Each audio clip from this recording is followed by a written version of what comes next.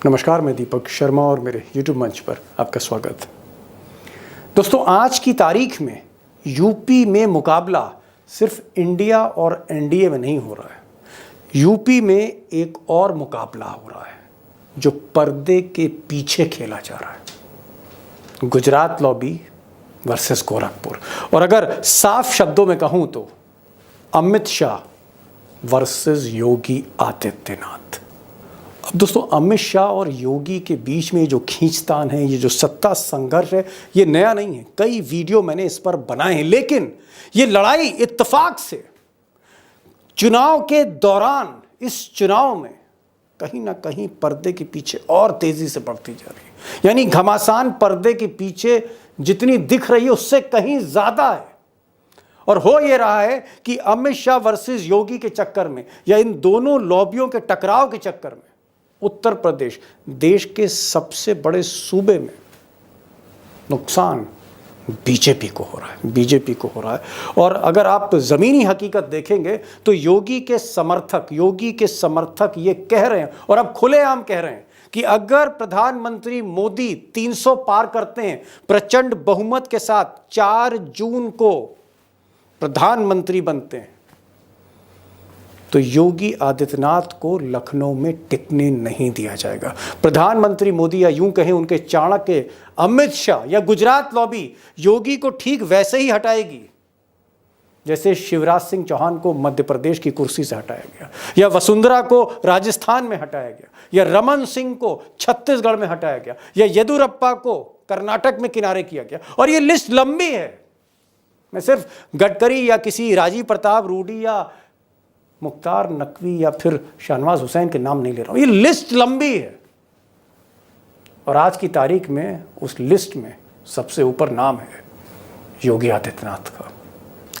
अब दोस्तों, कहने वाले ये भी कह रहे हैं, उसमें भी योगी जी के समर्थक हैं, कि अगर मोदी जी 272 या 272 के नीचे आते हैं, यानी अगर वो प्रधानमंत्री बनते हैं लेकिन प्रचंड बहुमत वाले नहीं बनते, या फिर वो प्रधानमंत्री नहीं बनते, उनकी जगह गडकरी बन जाते हैं, या गडकरी भी नहीं बनते, ऐसी स्थिति में योगी आदित्यनाथ बीजेपी के सबसे शक्तिशाली नेता होंगे। यानी कहीं ना कहीं मोदी का सूर्य अगर अस्त करता है तो बीजेपी के फलक पर उदय होगा सिर्फ एक ही नाम का, एक ही सूर्य का उदय होगा, जिसका नाम होगा योगी आदित्यनाथ। लिहाजा आजकल सबकी निगाहें उत्तर प्रदेश पर टिकी हुई हैं, और इसमें मोहन भागवत जैसे आरएसएस के लीडर भी हैं, इसमें बीजेपी के भी अंदर के लोग हैं जो कहीं ना कहीं बगावत के मूड में, और इसमें बीजेपी के अलावा पॉलिटिकल पंडित भी हैं जो यूपी की एक एक सीट को बड़ी बारीक से देख रहे हैं। और ये मैं कैलकुलेशन के आधार पर कह रहा हूँ कि अगर उत्तर प्रदेश में आंकड़ा इस बार बीजेपी का 60 के ऊपर जाता है, 60 के ऊपर का मतलब 60+ सीट्स, ये 65 भी हो सकती हैं, ये 68 भी हो सकती हैं, ये 70 भी हो सकती हैं। अगर ये आंकड़ा मोदी जी को उत्तर प्रदेश से मिलता है सीटों का, तो एक बात तय है प्योर कैलकुलेशन पर, कि फिर मोदी 300 पार जा रहे हैं। फिर मोदी जो है वो 2019 और 14 की स्थिति से भी कहीं ज्यादा मजबूत प्रधानमंत्री होने जा रहे हैं। और तब सोच लीजिए योगी जी का क्या होगा। लेकिन यही आंकड़ा, यही जो 60, 65 या 70 का आंकड़ा, ये आंकड़ा अगर नीचे गिरता है, जैसा कि पहले फेज, दूसरे फेज और तीसरे फेज में यूपी में दिख रहा है, ये वीडियो आप मेरे टाइमलाइन पे देख सकते हैं कि तीसरे फेज के बाद बीजेपी का रथ कैसे फंस गया। अगर ये आंकड़ा 65-60 से घटकर ये आंकड़ा 55, 50 से नीचे जाता है, तो एक बात फिर तय है कि मोदी जी के लिए मुसीबतों का पहाड़ टूटने वाला है 4 जून को। अब दोस्तों, उत्तर प्रदेश में बीजेपी का ग्राफ, सीटों का ग्राफ 60 के नीचे ना जाए, किसी भी कीमत पर, किसी भी सूरत में 60 के नीचे ना जाए, इसके लिए कमर कस ली है अमित शाह ने। और हकीकत यह है कि अमित शाह जिस तरह से बार बार लखनऊ का दौरा कर रहे हैं, यूपी का दौरा कर रहे हैं, जिस तरह से वो मीटिंग कर रहे हैं, चाहे वो नौकरशाही हो, चाहे वो संगठन हो, चाहे वो मंत्रिमंडल हो, चाहे वो 2 डिप्टी सीएम हो, चाहे वो ये सहयोगी दल हो, राजभर या निषाद या अनुप्रिया पटेल, जिस तरह से धुआंधार मैराथन मीटिंग अमित शाह कर रहे हैं पिछले 15-20 दिन से, उत्तर प्रदेश में। सारी की सारी चुनावी कमान योगी के हाथ से अमित शाह ने ले ली है। तो मोदी जी के चाणक्य ने, अमित शाह ने ना सिर्फ कमान हाथ में ले ली है, ना सिर्फ योगी जी को किनारे कर दिया है, बल्कि यूं कहूँगा कि आज की तारीख में अगर किसी के आदेश चल रहे हैं उत्तर प्रदेश में, संगठन में, सरकार में, चुनावी फैसलों में, वो सिर्फ अमित शाह है। और अमित शाह ने ना सिर्फ बीजेपी की जो है नट बोल्ट कसें, बल्कि मायावती को भी प्रेशराइज किया। जहां जहां मायावती के कैंडिडेट बीजेपी को चुनौती दे रहे थे, एक सिरे से वो सारे टिकट, सारे उम्मीदवार बसपा के रातों रात बदलवा दिए गए। ये अमित शाह का डेस्परेशन है, जहां सारी की सारी लगाम इस वक्त गुजरात लॉबी के हाथ में। यही नहीं, ठाकुरों का जो आंदोलन चला, जिसको लोग कह रहे थे कि कहीं ना कहीं योगी इसके पीछे, ठाकुरों के आंदोलन को पूरी तरह से ठंडा कर दिया है अमित शाह ने। और अमित शाह ने सिर्फ ठाकुरों का आंदोलन ही ठप नहीं किया, उन्होंने जो ठाकुर बाहुबली नेता थे, जिनको योगी के करीबी कहा जाता था, चाहे वो धनंजय सिंह हो, यशवंत सिंह हो, राजा भैया हो, इन सबको भी टाइट किया है, इन सबको भी टाइट किया। या यूं कहें कि योगी जी के ठाकुर वोटों में सेंधमारी भी अमित शाह कर रहे हैं।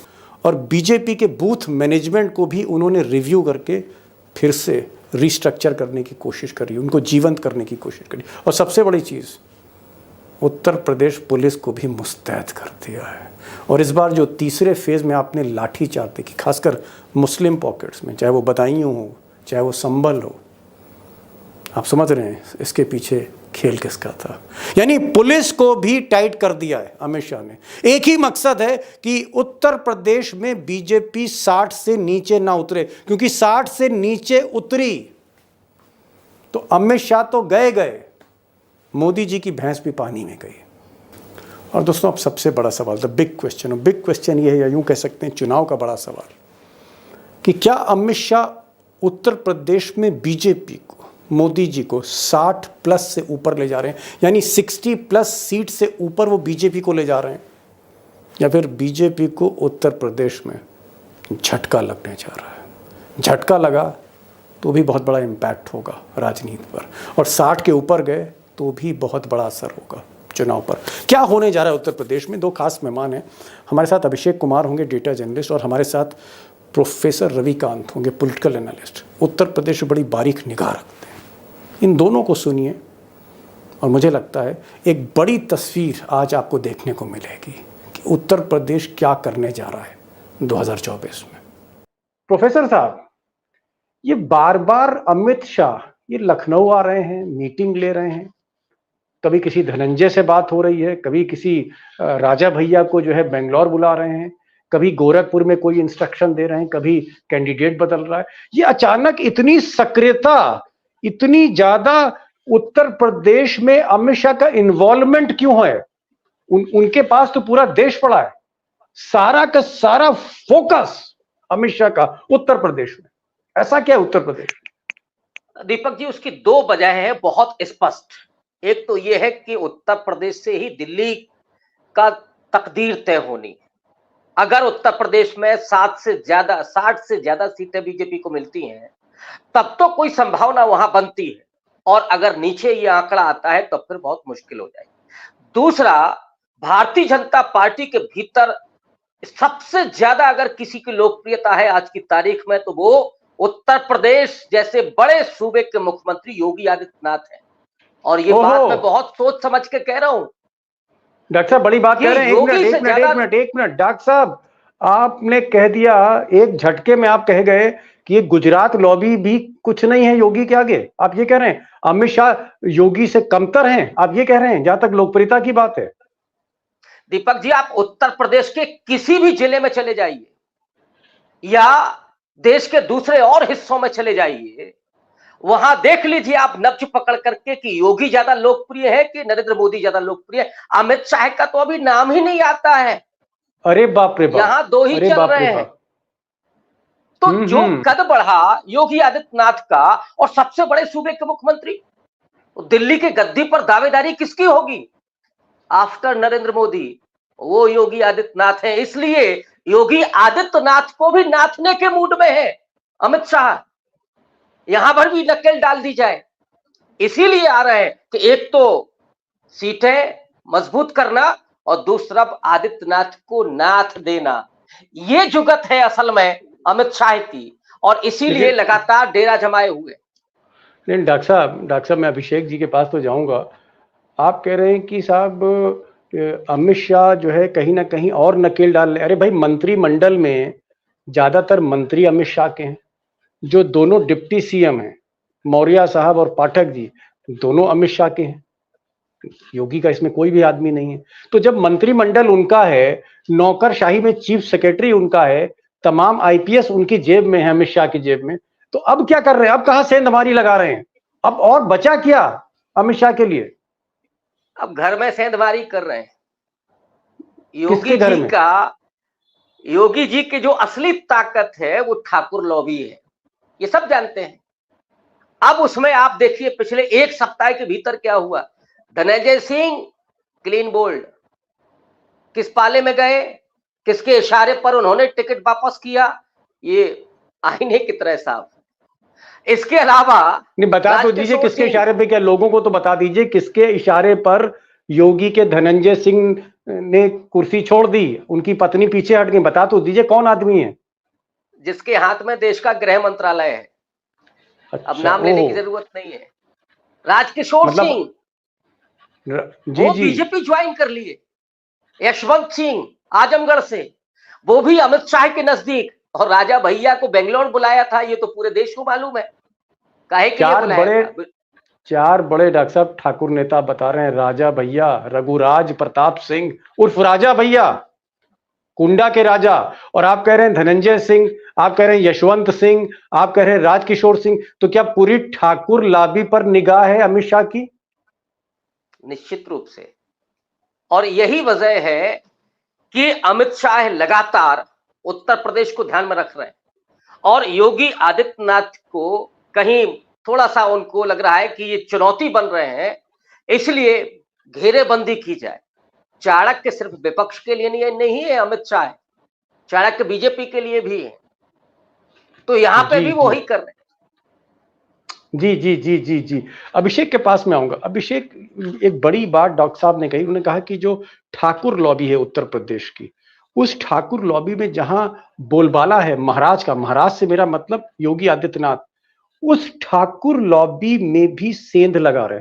तो मैं आपसे पूछना चाह रहा हूं कि जो ये ठाकुर आंदोलन शुरू हुआ था सहारनपुर से, ठाकुर जो है बड़ी बड़ी सभाएं कर रहे थे, मेरठ में सभाएं, सरधना में सभाएं, सहारनपुर में सभा, मुजफ्फरनगर में सभा, पश्चिमी उत्तर प्रदेश में ठाकुरों की लगातार सभाएं, रैलियां हो रही थी, और बीजेपी को कोसा जा रहा था। यहां तक कहा गया था कि चाहे कुछ हो जाए, चाहे कुछ हो जाए, आंधी तूफान आए, बीजेपी को वोट नहीं देना है।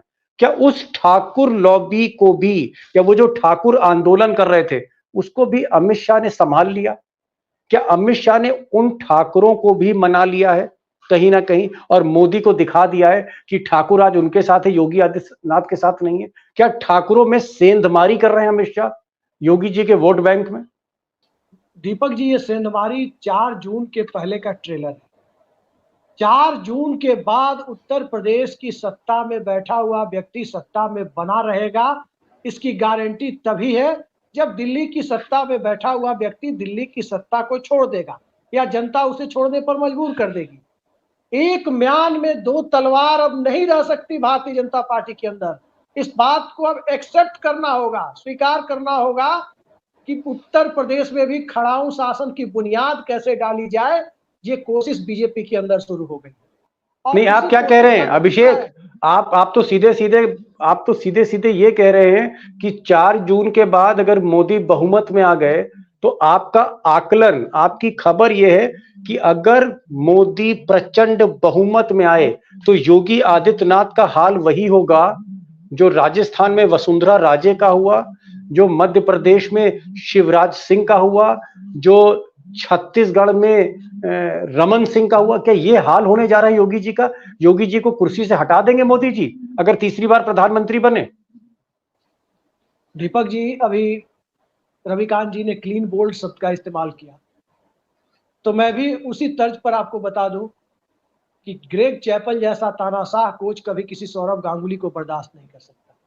उसे रबर स्टैंप चाहिए, और रबर स्टैंप योगी आदित्यनाथ नहीं हो सकते। योगी आदित्यनाथ सौरव गांगुली की तरह कप्तानी कर रहे हैं और उसी तरह कप्तानी करना चाहते हैं, और इसीलिए सबसे पहले उनकी घेराबंदी तोड़ी जा रही है।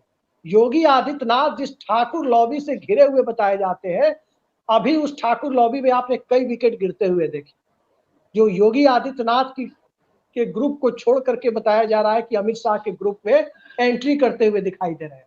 सबसे पहले धनंजय सिंह का केस आपने देखा, कैंडिडेचर भी उनकी पत्नी का था, वो भी उससे वापस लेने पर मजबूर हुए। राजा भैया बेंगलुरु बुलाए गए, यशवंत सिंह अमित शाह के करीब हो गए, जबकि यशवंत सिंह को सपा से तोड़ करके बीजेपी में लाने का काम, जहां तक मेरी जानकारी है, योगी आदित्यनाथ ने किया था। रविकांत जी, ये फैक्ट है, जहां तक मुझे लगता है आपको पता होगा। राजकिशोर सिंह भारतीय जनता पार्टी में क्यों गए हैं?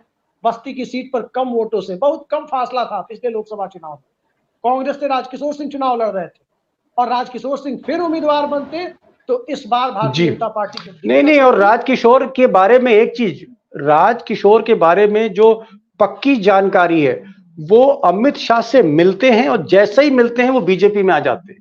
तो कहीं ना कहीं मुझे ऐसा लगता है कि अमित शाह की निगाह अब ये है कि भाई ये योगी की जो ठाकुर लॉबी है, इसमें भी कुछ अपने वफादार रखो। जैसे मंत्रिमंडल में अपने वफादार रखे हुए हैं, उसी तरह से ठाकुरों पर भी का भी दिल जीतना चाहते हैं, अपने पाले में लाने की कोशिश हो रही है।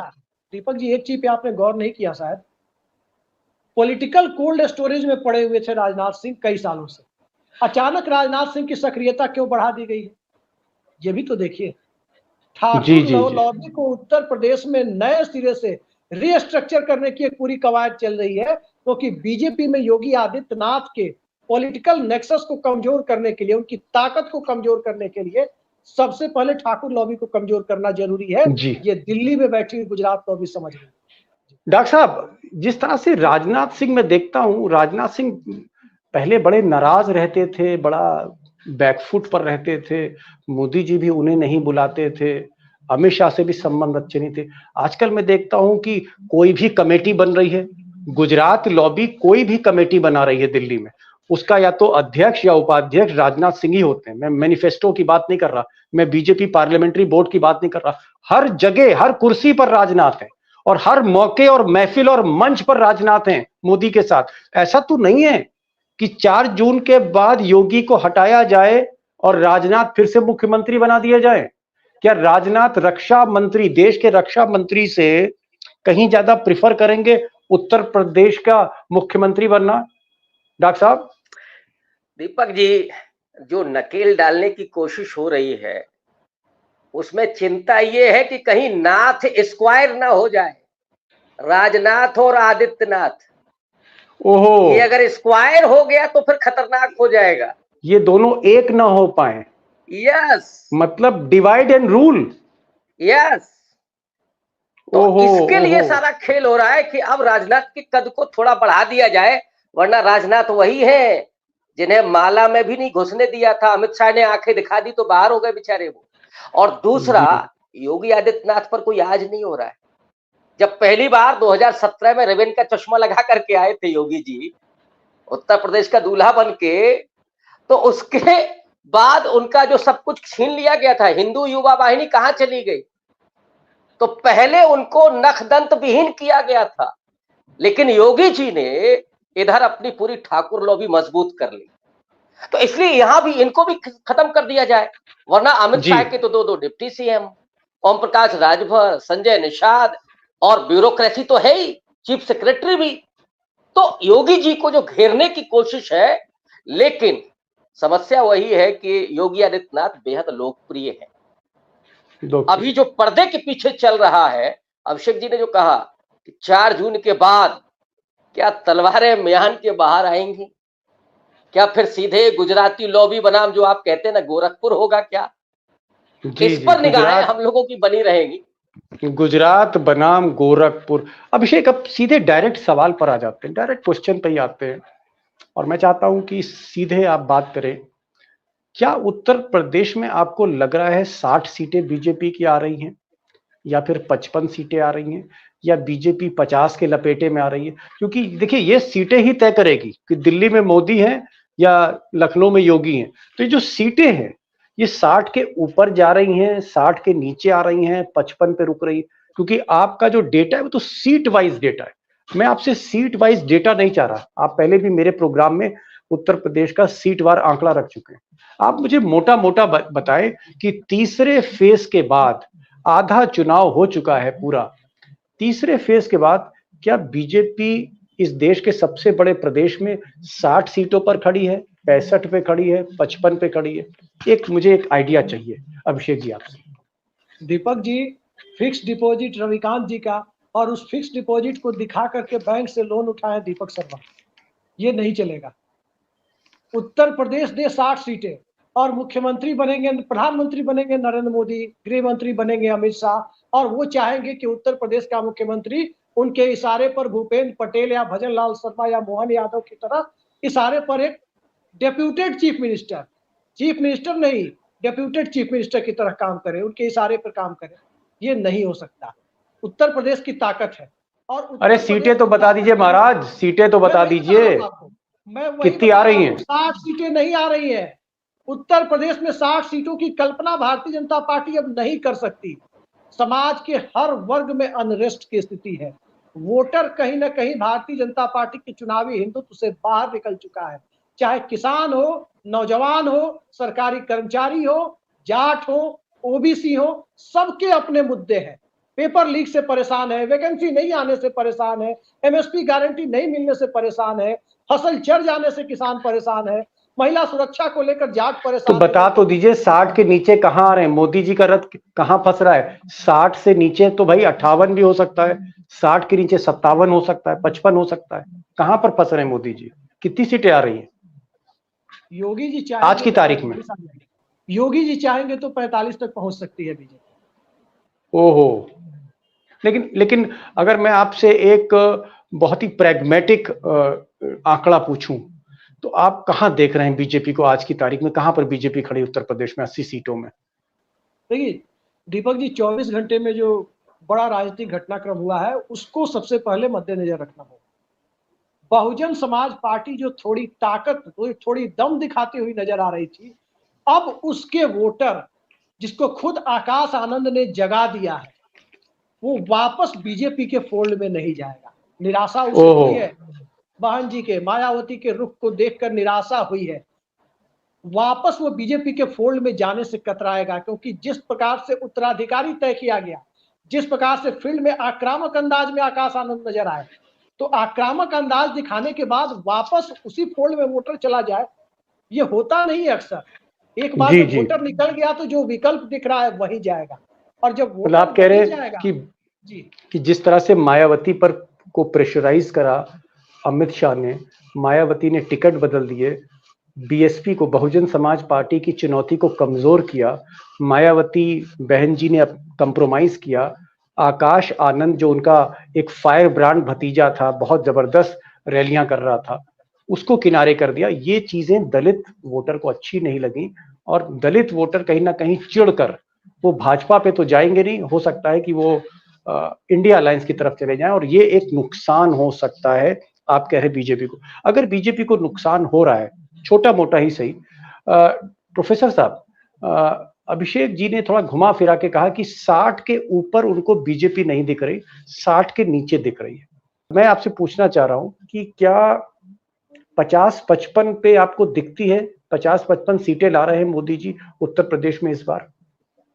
नहीं, बिल्कुल नहीं। मेरा जो अपना असेसमेंट है वो 30 से 35 के बीच का है। ओहो, और आज की तारीख में बीजेपी 35 के ऊपर नहीं। आज इरादे ठीक नहीं है। आप आज ये चैनल बंद करवाएंगे आप? आप ये चैनल बंद कराएंगे डॉक्टर साहब? 30-35 बता रहे हैं आप। 30 से 35 ना, ये वो भी ये मैनेज हो रहा है, तब मैं बता रहा हूँ। योगी जी बहुत ताकत लगा रहे हैं, इसमें कोई तो राय नहीं। लेकिन क्या योगी जी को भनक नहीं होगी अगर ये खेल जो खेलना चाहते हैं अमित शाह, तो यहां उत्तर प्रदेश में देखिए एक ही सिक्का चल रहा है इस समय, वो है योगी आदित्यनाथ। मोदी लहर नहीं है इस बार। तो जो भी वोट मिलेगा बीजेपी को वो योगी आदित्यनाथ के नाम पर मिलेगा। तो और उसमें मुझे लगता है कि 30-35 सीटें, मैक्सिमम 35 अच्छा आंकड़ा है, सम्मानजनक आंकड़ा है। डॉक्टर साहब समझ गया, आपकी बात समझ गया। आपका ये कहना है कि कहीं ना कहीं बीजेपी का रथ फंसा हुआ है। अभिषेक कह रहे हैं 60 के नीचे। डॉक्टर साहब ने तो ऐसी गिनती बता दी कि कहने में भी डर लगता है, क्योंकि ये दौर मोदी का है, डिक्टेटर का दौर है साहब। अगर हम 35-40 कह दें तो पता नहीं क्या होगा। बहरहाल ये तो खैर एक लाइटर वेन में था। इस वक्त जो हकीकत है उत्तर प्रदेश की वो ये है कि योगी अगर 60 के ऊपर, अगर उत्तर प्रदेश 60 के ऊपर जाती है तो कहीं ना कहीं मोदी की सरकार बन रही है। अगर 60 से ज्यादा सीटें बीजेपी को उत्तर प्रदेश में मिलती है और अगर मोदी जी की सरकार बन रही है तो फिर एक ग्रहण जो है वो योगी आदित्यनाथ पे लग सकता है, क्योंकि जैसा कि हमारे दोनों पैनलिस्ट ने कहा कि मोदी की, अमित शाह और योगी में बन नहीं रही है, तलवारें खींची हुई हैं, दोनों की लॉबीज में बहुत जबरदस्त टकराव है। और दूसरी बात, अगर ये सीटें कम होती, अगर बीजेपी 50 के लपेटे में या 50 से नीचे जा रही, जिसका इशारा डॉक्टर साहब कर रहे हैं, तो जाहिर तौर पर फिर मोदी जी की सरकार नहीं बन रही। और अगर मोदी जी की सरकार नहीं बन रही तो फिर योगी मुख्यमंत्री रहेंगे, क्योंकि उनके पास प्रचंड बहुमत है और उनको फिर हटाने वाली ताकत बीजेपी में नहीं होगी।